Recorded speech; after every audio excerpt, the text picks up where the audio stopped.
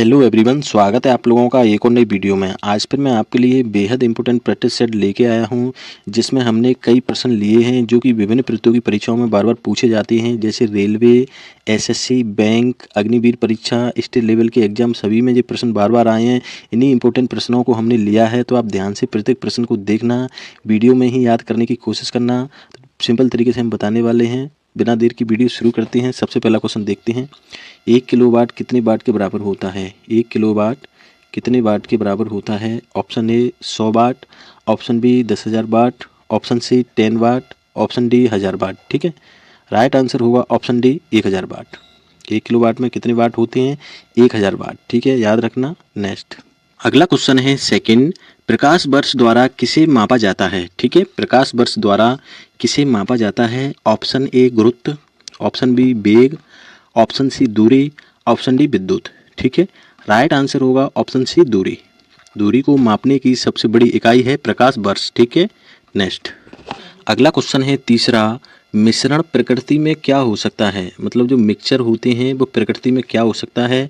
Option A समांगी, option B समांगी और विषमांगी, ऑप्शन सी विषमांगी, ऑप्शन डी शुद्ध पदार्थ। ठीक है, राइट आंसर होगा ऑप्शन बी समांगी विषमांगी। समांगी का मतलब दो चीज़ों को हम मिलाएं, मिश्रण करें तो समान मात्रा हो या असमान मात्रा हो, तो दोनों ही मिश्रण कहलाते हैं। ठीक है, इसलिए राइट आंसर होगा ऑप्शन बी समांगी और विषमांगी। ठीक है, नेक्स्ट अगला क्वेश्चन है चौथा, एक मिश्र धातु किसका एक उदाहरण है? ठीक है, ऑप्शन ए पायस, ऑप्शन बी ठोस विलयन, ऑप्शन सी विविध मिश्रण, ऑप्शन डी कोलाइड विलयन। राइट आंसर होगा ऑप्शन बी। ठीक है, मिश्र धातु किसका उदाहरण है? ठोस विलयन यानी सॉलिड सॉल्यूशन, सॉलिड सॉल्यूशन का उदाहरण है। याद रखना, सिंपल सा है। नेक्स्ट अगला क्वेश्चन है पांचवा, एक पशु के शरीर की सबसे बड़ी कोशिका इनमें से कौन है? एक एनिमल्स के शरीर की सबसे बड़ी बिग सेल निम्न में से कौन है? Option A neuron, option B osteocyte, option C chromatophore, option D lymph कोशिकाएं। ठीक है, राइट आंसर होगा ऑप्शन ए न्यूरॉन। न्यूरॉन एक पशु की सबसे बड़ी कोशिका होती है, सबसे बिग सेल होती है। याद रखना, न्यूरॉन। ठीक है, नेक्स्ट अगला क्वेश्चन है छठवा, निम्न में से कौन सा कोशिकांग, कोशिकांग होता है कोशिका के अंदर अंग, मतलब ये कोशिका होती है इसके अंदर अंग केवल पशु कोशिका में पाया जाता है। तो कौन सा अंग है जो कि पशु कोशिका में पाया जाता है, केवल एनिमल कोशिका में नहीं पाया जाता? Option A ribosome. राइबोसोम मतलब पशु और प्लांट दोनों कोशिकाओं में पाए जाते हैं। Option B lysosome, option C mitochondria, mitochondria भी दोनों में पाए जाते हैं, सेंट्रोसोम भी दोनों में पाए जाते हैं। लेकिन जो लाइसोसोम होता है ऑप्शन बी, ठीक है, लाइसोसोम होता है वो केवल पशु कोशिका में पाया जाता है। राइट आंसर होगा ऑप्शन बी, लाइसोसोम। याद रखना, सिंपल सा है। नेक्स्ट अगला प्रश्न है सातवां, निम्नलिखित में से किसको मृतकों का टीला कहा जाता है? मृतकों का टीला किसको कहा जाता है? Option A Harappa, option B Mohenjodaro, option C Kalibangan, option D Banawali. Right answer होगा ऑप्शन बी मोहनजोदड़ो। मोहनजोदड़ो को मृतकों का टीला कहा जाता है। याद रखना, वेरी वेरी इंपॉर्टेंट क्वेश्चन है, कई बार एग्जाम में पूछा गया है। ठीक है, मोहनजोदड़ो को मृतकों का टीला कहा जाता है। ठीक है, नेक्स्ट अगला क्वेश्चन है आठवां, मोहनजोदड़ो कहाँ पर स्थित है? मोहनजोदड़ो कहाँ पर स्थित है? Option A Punjab, option B Gujarat, option C Rajasthan, option D Sindh. ठीक है, राइट आंसर है ऑप्शन डी सिंध। याद रखना, वेरी वेरी इंपॉर्टेंट क्वेश्चन है। मोहनजोदड़ो कहाँ पर स्थित है? सिंध में। ठीक है, नेक्स्ट अगला प्रश्न है नवा, भारत का संविधान कब लागू हुआ था? वेरी वेरी इंपॉर्टेंट है और मेरे हिसाब से प्रत्येक भारत के नागरिक को पता होना चाहिए हमारा संविधान कब लागू हुआ था।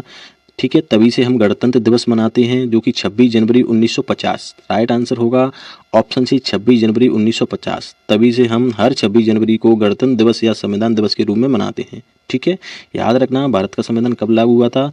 26 जनवरी 1950। ठीक है, नेक्स्ट अगला क्वेश्चन है 10वां, प्रजातंत्र की जड़ें निम्न के द्वारा नष्ट की जा सकती हैं। जो प्रजातंत्र होता है, प्रजा के द्वारा चुना हुआ जो तंत्र होता है, उसको किसके द्वारा नष्ट किया जा सकता है? ऑप्शन ए भाषाओं में विविधता, ऑप्शन बी साम्यवाद, ऑप्शन डी आतंकवाद एवं विद्रोह, ऑप्शन डी भारतीय जीवन में बदलाव। ठीक है, राइट आंसर होगा ऑप्शन बी साम्यवाद। ठीक है, साम्यवाद के माध्यम से प्रजातंत्र की जड़ों को नष्ट किया जा सकता है। ठीक है, याद रखना साम्यवाद वेरी वेरी इंपॉर्टेंट क्वेश्चन है, कई बार रेलवे की परीक्षाओं में पूछा गया है। ठीक है, नेक्स्ट देखते हैं 11वां। अगला क्वेश्चन है 11वां, किस राजनीतिक दल की स्थापना स्वतंत्रता से पूर्व हुई? मतलब ऐसा कौन सा राजनीतिक दल है उसकी स्थापना भारत स्वतंत्र होने से पहले हुई? Option A Jansangh, option B Swatantrata party, option C Bharat का साम्यवादी दल। इधर आप दल कर लें, भारत का साम्यवादी दल, ऑप्शन डी इनमें से कोई नहीं। ठीक है, तो राइट आंसर होगा ऑप्शन सी, भारत का साम्यवादी दल। इसकी स्थापना भारत देश स्वतंत्र होने से पहले हुई थी। ठीक है, याद रखना भारत का साम्यवादी दल, सिंपल है। नेक्स्ट अगला क्वेश्चन है 12वां, भारतीय जनसंघ के संस्थापक कौन थे? जो भारतीय जनसंघ है उसके संस्थापक कौन थे? Option A Veer Savarkar, option B Shyama Prasad Mukherjee, option C Deendayal Upadhyay, ठीक है, ऑप्शन डी एम.एन. राय। तो राइट आंसर होगा ऑप्शन बी, श्यामा प्रसाद मुखर्जी। याद रखना वेरी वेरी इंपॉर्टेंट क्वेश्चन है, भारतीय जनसंघ के संस्थापक कौन थे? Option B Shyama Prasad Mukherjee. ठीक है, नेक्स्ट अगला क्वेश्चन है 13वां, सूर्य की रासायनिक में मिश्रण में हाइड्रोजन का प्रतिशत कितना है? मतलब सूर्य के रासायनिक मिश्रण में हाइड्रोजन का कितना प्रतिशत है? ठीक है, option A 75%, option B 70%, option C 71%, option D 61%। Right answer होगा ऑप्शन सी। ठीक है, सूर्य के रासायनिक मिश्रण में हाइड्रोजन का कितना प्रतिशत है? तो 71% है। राइट आंसर होगा 71, याद रखना। नेक्स्ट अगला क्वेश्चन है 14वां, सूर्य ग्रहण होता है तब, मतलब सूर्य ग्रहण कब होता है? सूर्य ग्रहण का मतलब होता है जैसे सूर्य, ठीक है, इधर जो पृथ्वी, तो जब पृथ्वी से सूर्य ना दिखाई दे उसको सूर्य ग्रहण बोलते हैं। तो सूर्य कब दिखाई नहीं देगा पृथ्वी से? जब इन दोनों के बीच में कोई तीसरा आ जाए। ठीक है, जो सूर्य को ढक ले तो पृथ्वी से सूर्य दिखाई नहीं देगा, मतलब बीच में कौन आ जाता है? चंद्रमा। कौन आ जाता है? चंद्रमा। ठीक है, तो कब होगा सूर्य ग्रहण? जब सूर्य और पृथ्वी के बीच में कौन आ जाता है? चंद्रमा। तो ऑप्शन देखते हैं, पहला सूर्य और पृथ्वी, सूर्य पृथ्वी और चंद्रमा के बीच में आ जाती है।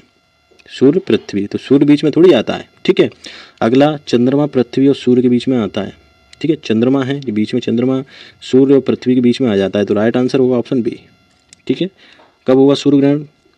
जब जो चंद्रमा होगा पृथ्वी और सूर्य के बीच में आ जाता है। ठीक है, सिंपल सा है, याद रखना। नेक्स्ट अगला क्वेश्चन है 15वां, निम्नलिखित में से कौन सा एंजाइम ग्लूकोज को इथेनॉल में परिवर्तन करने को प्रेरित करता है? Option A maltase, option B zymase, option C invertase, option D diastase. ठीक है, राइट आंसर होगा option B, zymase. Zymase enzyme होता है वो ग्लूकोज को इथेनॉल में परिवर्तन करने के लिए प्रेरित करता है। ठीक है, याद रखना, सिंपल सा है। नेक्स्ट अगला क्वेश्चन है 16वां, ग्रहों की गति के नियम प्रतिपादित किसके द्वारा किया गया था? ग्रहों की गति के बारे में सबसे पहले किसने बताया था जो नियम थे? ऑप्शन ए न्यूटन द्वारा, ऑप्शन बी गैलीलियो द्वारा, ऑप्शन सी केपलर द्वारा, ऑप्शन डी कोपरनिकस द्वारा। ठीक है, तो राइट आंसर क्या होगा? ऑप्शन सी केपलर द्वारा। ठीक है, ग्रहों की गति के जो नियम हैं उनको किसने प्रतिपादित किया था? केपलर ने। याद रखना, केपलर। ठीक है, नेक्स्ट अगला प्रश्न है 17वां, जो कि कंप्यूटर सब्जेक्ट से लिया है। यूजर के बारे में सूचना संग्रहित करने वाली फाइलें कहलाती हैं। ठीक है, यूजर के बारे में सूचना संग्रहित करने वाली फाइलों को क्या बोलते हैं? Option A cookies, option B claim, option C spam, option D इनमें से कोई नहीं। ठीक है, राइट आंसर होगा ऑप्शन ए, कुकीज। ठीक है, यूजर के बारे में सूचना संग्रहित करने वाली फाइलों को क्या बोलते हैं? Cookies, option A. ठीक है, नेक्स्ट अगला प्रश्न है 18वां, फेमा यानी विदेशी मुद्रा प्रबंधन अधिनियम कब लागू किया गया था? याद रखना, फेमा कब लागू किया गया था? Option A 1991, option B 1998, option C 2000, option D 2001। सन आपको बताना है, तो आंसर क्या होगा? ऑप्शन सी, सन 2000 को। ठीक है, सन 2000 में फेमा लागू किया गया था। कौन से सन में? 2000 में। वेरी वेरी इंपॉर्टेंट आंसर है, याद रखना। ठीक है, नेक्स्ट अगला प्रश्न है 19वां, प्रोटीन के निर्माण में आधारभूत इकाई कौन सी है? प्रोटीन निर्माण मतलब प्रोटीन किससे मिलकर बनता है? Option A RNA, option B DNA, option C amino acid, option D nitrogen base. ठीक है, राइट आंसर होगा option C, amino acid. Amino acid से मिलकर क्या बनता है? प्रोटीन बनता है। ठीक है, तो प्रोटीन के निर्माण की आधारभूत इकाई क्या है? Option C, amino acid. Very very important question है, याद रखना, कई बार परीक्षाओं में आया है। ठीक है, नेक्स्ट अगला क्वेश्चन है 20वां, निम्नलिखित में से विषम की पहचान करें। मतलब 4 ऑप्शन हैं, इनमें से आपको विषम बताना है। विषम होता है जो चारों में सबसे अलग हो, 3 एक समान हो, चौथा अलग हो, उसको बोलते हैं विषम। पहला ऑप्शन है जल, दूसरा दूध, तीसरा वायु, चौथा मिश्र धातु। राइट आंसर होगा ऑप्शन ए जल। ठीक है, क्योंकि दूध होता है वो उसमें कई तरह की प्रोटीन पाई जाती हैं, उनका मिश्रण होता है। वायु में कई तरह की गैसें होती हैं, ऑक्सीजन, कार्बन डाइऑक्साइड, नाइट्रोजन, इस तरह की। ठीक है, तो गैसों का मिश्रण वायु होती है। मिश्र धातु में कई धातुओं का मिश्रण होता है, मिश्र धातु। लेकिन पानी क्या है, एक यौगिक है, इसमें कोई मिश्रण नहीं है। ठीक है, पानी क्या है, कोई मिश्रण नहीं होता। तो चारों में सबसे विषम या सबसे अलग क्या है, ऑप्शन ए जल। याद रखना, सिंपल सा है। नेक्स्ट अगला क्वेश्चन है 21वां, जो कि मैथ सब्जेक्ट के साधारण ब्याज सिंपल इंटरेस्ट चैप्टर का है। मैथ रीजनिंग को भी मैंने इस वीडियो में इंक्लूड किया है, क्योंकि आप चारों सब्जेक्ट की तैयारी करोगे तभी ग्रुप डी या कोई एग्जाम निकाल पाओगे। केवल जीएस साइंस के प्रश्न रटने से, याद करने से सिलेक्शन नहीं होगा। बच्चे मैथ को छोड़ देते हैं, जैसे ही मैथ का सवाल आया बच्चे घबरा जाते हैं, जबकि मैथ में कुछ नहीं होता, आपको करना ही पड़ेगा तभी आपका सिलेक्शन होगा। मैंने भी मैथ तैयार किया था, तभी मैंने सिलेक्शन लिया था। ठीक है, तो सिंपल तरीके से मैं बताऊंगा, मैथ में कुछ होता नहीं है, बड़ा सिंपल होता है। मैं आपको बेस क्लियर कराऊंगा, जैसे जैसे आप मतलब बेस क्लियर हो जाएगा, हम बड़े वीडियो बनाएंगे जिसमें सेपरेट मैथ और रीजनिंग के प्रश्नों को हल करेंगे। ठीक है, तो क्वेश्चन देखते हैं क्या कह रहा है आपसे। 1500 रुपये, ठीक है, 1500 रुपये पर 5% वार्षिक, मतलब 1 साल का ब्याज है, 5% वार्षिक, 365 दिन का साधारण ब्याज ज्ञात कीजिए। 1500 रुपये आपने किसी को दिए, 5% ब्याज आपने लगाया। ठीक है, मतलब 1 साल का हिसाब करेंगे, वार्षिक मतलब 5%, 365 दिन का साधारण ब्याज सिंपल इंटरेस्ट क्या होगा। ठीक है, तो 365 मतलब 1 साल में कितने दिन होते हैं, 365। ठीक है, तो कितना मतलब दिन कितना है, मतलब 1 साल। समय कितना है, 1 साल, समय 1 साल। ठीक है, क्या निकालना है हमें, साधारण ब्याज यानी एसआई, सिंपल इंटरेस्ट। तो हमें ब्याज निकालना है, तो ब्याज निकालने के लिए हमारे पास, जैसे आप किसी को पैसे दोगे, ठीक है, तभी तो हमें ब्याज मिलेगा। तो हमारे पास क्या होना चाहिए, प्रिंसिपल यानी मूलधन, यानी पैसे होनी चाहिए पहला। दूसरा, हमने क्या रेट लगाई, वो रेट होनी चाहिए आर। ठीक है, और रेट होती है परसेंट में, 4%, 5%। ठीक है, तीसरा होता है समय। तीनों का हम इंटू कर देते हैं, हमारा ऐसा यानी सिंपल इंटरेस्ट आ जाता है। ठीक है, तो यहाँ पर हमें पैसे दे रहा है 1500, ऐसा ही बराबर प्रिंसिपल कितना दे रहा है, 1500। ठीक है, इंटू रेट कितनी दे रहा है, 5%। 5% में हटा दूंगा, नीचे 100 आ जाएगा। ठीक है, जैसे 5 के आगे परसेंट है, इसको हटा दूँ, नीचे 100। ठीक है, इंटू समय कितना दे रहा है, 365 दिन यानी 1 साल, 1 साल। ठीक है, 2 जीरो से 2 जीरो काट दो, 15 का 5 में इंटू करेंगे तो 15 5 कितना होगा, 75। ऐसा यानी सिंपल इंटरेस्ट, साधारण ब्याज कितना निकल के आया, 15 इंटू 5 यानी 75। सिंपल सा है, आप सिंपल सवालों को करना सीख जाओगे तो जो कठिन सवाल है उनको आप आसानी से सीख सकते हो। पहले आप अपना बेस मजबूत करिए। ठीक है, तो आंसर कितना निकल के आया, 75। ऑप्शन ए 75 सही होगा। 1500 रुपये का 5% वार्षिक दर से 365 दिन यानी 1 वर्ष का जो ब्याज होगा वो 75 रुपये होगा। निकाल लोगे आप, सिंपल है। नेक्स्ट देखते हैं 22वां। अगला क्वेश्चन है 22वां। 90 किलोमीटर प्रति घंटा की चाल से जा रही 100 मीटर लंबी रेलगाड़ी एक बिजली के खंभे को कितनी देर में पार कर लेगी। ठीक है, कोई बिजली का खंभा है, इधर जो ट्रेन है। ठीक है, ट्रेन की जो लंबाई है वो 100 मीटर है। ठीक है, अब आप इधर ये खंभा है। ठीक है, तो ट्रेन अगर इस खंभे को पार करेगी तो ट्रेन जितनी लंबी है उतनी इधर चल लेगी, तो इस खंभे को पार कर जाएगी। मतलब दूरी कितनी पार करनी है ट्रेन को, 100 मीटर। ठीक है, 100 मीटर। चाल आपको दे रहा है 90 किलोमीटर प्रति घंटा। चाल कितनी दे रहा है, 90 किलोमीटर प्रति घंटा। तो किलोमीटर को आप मीटर प्रति सेकंड में चेंज करोगे तो 5/18 का सिंपल इंटू कर दिया करो। क्यों करते हैं, डिटेल चैप्टर आपको पढ़ाऊंगा तब उसमें हम जानेंगे कि 5/18 का इंटू क्यों करते हैं। ठीक है, क्योंकि यहाँ दूरी मीटर में है तो चाल भी हमें मीटर प्रति सेकंड निकालना पड़ेगा। 18 से 90 को काट दोगे, 18 पंजे 90, तो चाल कितनी आ गई, 25।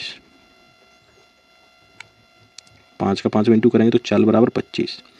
फार्मूला होता है चाल बराबर क्या होता है, दूरी बट्टे समय, दूरी बट्टे टाइम। ठीक है, हमें निकालना क्या है, टाइम। तो टाइम इधर आ जाएगा, चाल नीचे चली जाएगी, तो टाइम बराबर क्या होगा, टी बराबर क्या होगा, दूरी बट्टे चाल। ठीक है। टाइम हमें निकालना है, दूरी कितनी है हमारे पास 100 मीटर, ठीक है।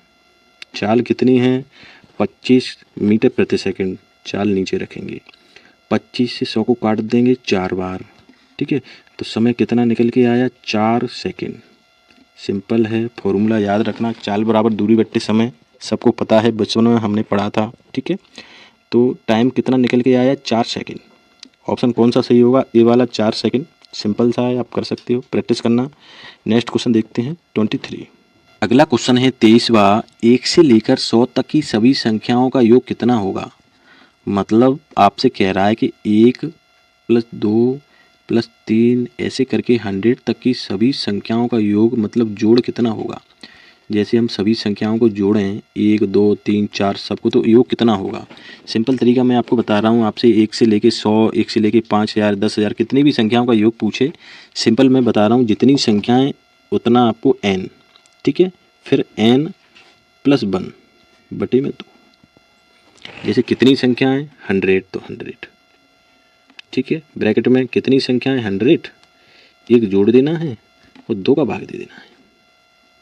जैसे आपसे कहीं 5000, तो इधर 5000 ले लो, इधर 5000 + 1 ले लो, 2 का भाग, 2 से काट दो 100 को, 2 पंजे 10 और 0, ठीक है। कितना आ गया 50। 100 + 1 करेंगे तो इंटू 101, ठीक है। 50 का 101 में इंटू करेंगे कितना आएगा 50 एकम 50, 50 एकम 50, 5050, ठीक है। ऑप्शन कौन सा होगा सही, ए वाला 5050। सिंपल सा है, जितनी संख्याएं उतना लेना है और संख्याएं प्लस 1 जोड़ देना है, 2 का भाग, ठीक है। जैसे 5000 कहे या 10,000 कहे, 10,000 ले लो, 10,000 में 1 जोड़ दो और 2 का भाग दे दो, सिंपल सा आ जाएगा आपका, ठीक है। करके देखना, सिंपल है। कोई परेशानी हो, कोई क्वेरीज हो तो कमेंट में आप मुझसे ज़रूर पूछना, ठीक है। अगला क्वेश्चन देखते हैं 24वां। अगला क्वेश्चन है 24वां, 64:81 समानुपात 100, ठीक है। तो इधर 64 है, इधर 81 है, तो 64 में कितना जोड़ें कि 81 आए, तो 6 जोड़ेंगे 70 और 11 मतलब 17, प्लस 17 करेंगे तो 81 आ जाएगा। 100 में प्लस 17 करेंगे तो कितना आ जाएगा 117, ठीक है। 117, 117 किसी ऑप्शन में है नहीं, इसका मतलब आप जोड़ के नहीं कर पाओगे। और कोई तरीका देखते हैं, तो सवाल को देखने से ही हमें पता चल रहा है कि जो 64 है वो 8 का वर्ग है। 8 का आप वर्ग करोगे मतलब 8 × 8 तो होता है 64, ठीक है। 8 के बाद आता है 9, 81 का है 9 का वर्ग, जैसे 9 का वर्ग करोगे तो 9 × 9 होता है 81। यहाँ क्या है 100, तो ये क्या है 10 का वर्ग। तो यहाँ पे देखिए आप 8 का वर्ग, 9 का वर्ग, 10 का वर्ग, अगली जो संख्या आएगी वो 11 का वर्ग होगी। तो 11 का वर्ग क्या होता है 11 × 11 मतलब 121। तो राइट आंसर क्या होगा, ऑप्शन बी 121, ठीक है। सिंपल सा है, आप कर लोगे। नेक्स्ट देखते हैं 25वां। अगला क्वेश्चन है 25वां, अंग्रेजी वर्णमाला में दाएं से 5वें बाएं से 14वें अक्षर के बीच में कौन सा अक्षर होगा, ठीक है। तो आपको दायां बायां पता होना चाहिए। दायां होता है अपना राइट हैंड, राइट हैंड को बोलते हैं दायां, ठीक है। और लेफ्ट हैंड को बोलते हैं बायां, इतना आपको पता होना चाहिए, ठीक है। तो दाएं से अंग्रेजी वर्णमाला होती है जैसे ABCD ऐसे जेड तक, तो दायां होता है जेड की तरफ से। तो दाएं से 5वें यानी ZYXWB, दाएं से 5वें, तो 1 2 3 4 5, 5 अक्षर क्या होगा भी, ठीक है। और बाएं से 14वें, बाएं इधर होता है, बाएं से 14वें नंबर पर क्या आता है N, ठीक है। दाएं से 5वें यानी भी, बाएं से 14वें यानी N, दोनों के बीच में अक्षर कौन सा होगा। तो N और V के बीच में क्या होगा, तो सभी अल्फ़ाबेट हम लिख लेंगे। जैसे N के बाद में OPQRSTU, ठीक है। इन दोनों के बीच में हमें देखना है कौन सा अक्षर होगा, ठीक है। तो काटते चले जाएंगे, U एक इधर से, एक इधर से, एक इधर से, एक इधर से, एक इधर से, एक इधर से, ठीक है। तो राइट आंसर क्या होगा, बीच में कौन सा अल्फ़ाबेट बचा R, दोनों के बीच में क्या होगा R, क्योंकि 4 अल्फ़ाबेट यहाँ से छोड़ दिए, 1 2 3 4, 4 इधर से B से 1 2 3 4, तो बीच में क्या आया R। तो राइट आंसर होगा ऑप्शन ए R। सिंपल सा है, प्रैक्टिस करना आप कर पाओगे। फ्रेंड्स अगर वीडियो आपको पसंद आता हो प्लीज़ चैनल को सब्सक्राइब किया करो, वीडियो को लाइक कमेंट जरूर करना, ठीक है। Thank you.